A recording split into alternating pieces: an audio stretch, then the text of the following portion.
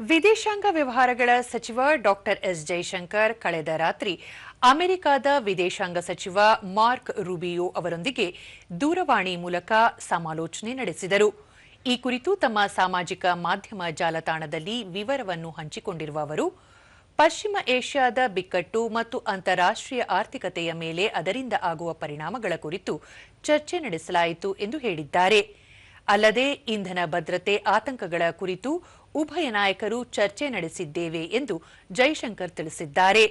ಈ ಮಧ್ಯೆ ವಿದೇಶಾಂಗ ವ್ಯವಹಾರಗಳ ಸಚಿವರು ಸೌದಿ ಅರೇಬಿಯಾ, ಯುಎಇ ಸೇರಿದಂತೆ ಗಲ್ಫ್ ಸಹಕಾರ ಮಂಡಳಿಯ ಸದಸ್ಯ ರಾಷ್ಟ್ರಗಳೊಂದಿಗೆ ಚರ್ಚೆ ನಡೆಸಿದ್ದಾರೆ. ಸೌದಿ ಅರೇಬಿಯಾ ಮತ್ತು ಯುಎಇಯಲ್ಲಿ ಸುಮಾರು 8 ಮಿಲಿಯನ್ ಭಾರತೀಯರು ನೆಲೆಸಿದ್ದಾರೆ.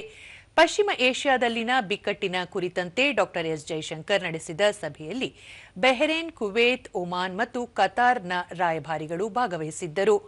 ಈ ವೇಳೆ ಸಂಘರ್ಷದಿಂದ ಆಗುತ್ತಿರುವ ಪರಿಣಾಮಗಳ ಬಗ್ಗೆ ಹಾಗೂ ಭಾರತೀಯರನ್ನು ರಕ್ಷಿಸುವ ಕುರಿತು ಕೈಗೊಂಡಿರುವ ಕ್ರಮಗಳ ಬಗ್ಗೆ ರಾಯಭಾರಿಗಳೊಂದಿಗೆ ಚರ್ಚೆ ನಡೆಸಿದರು.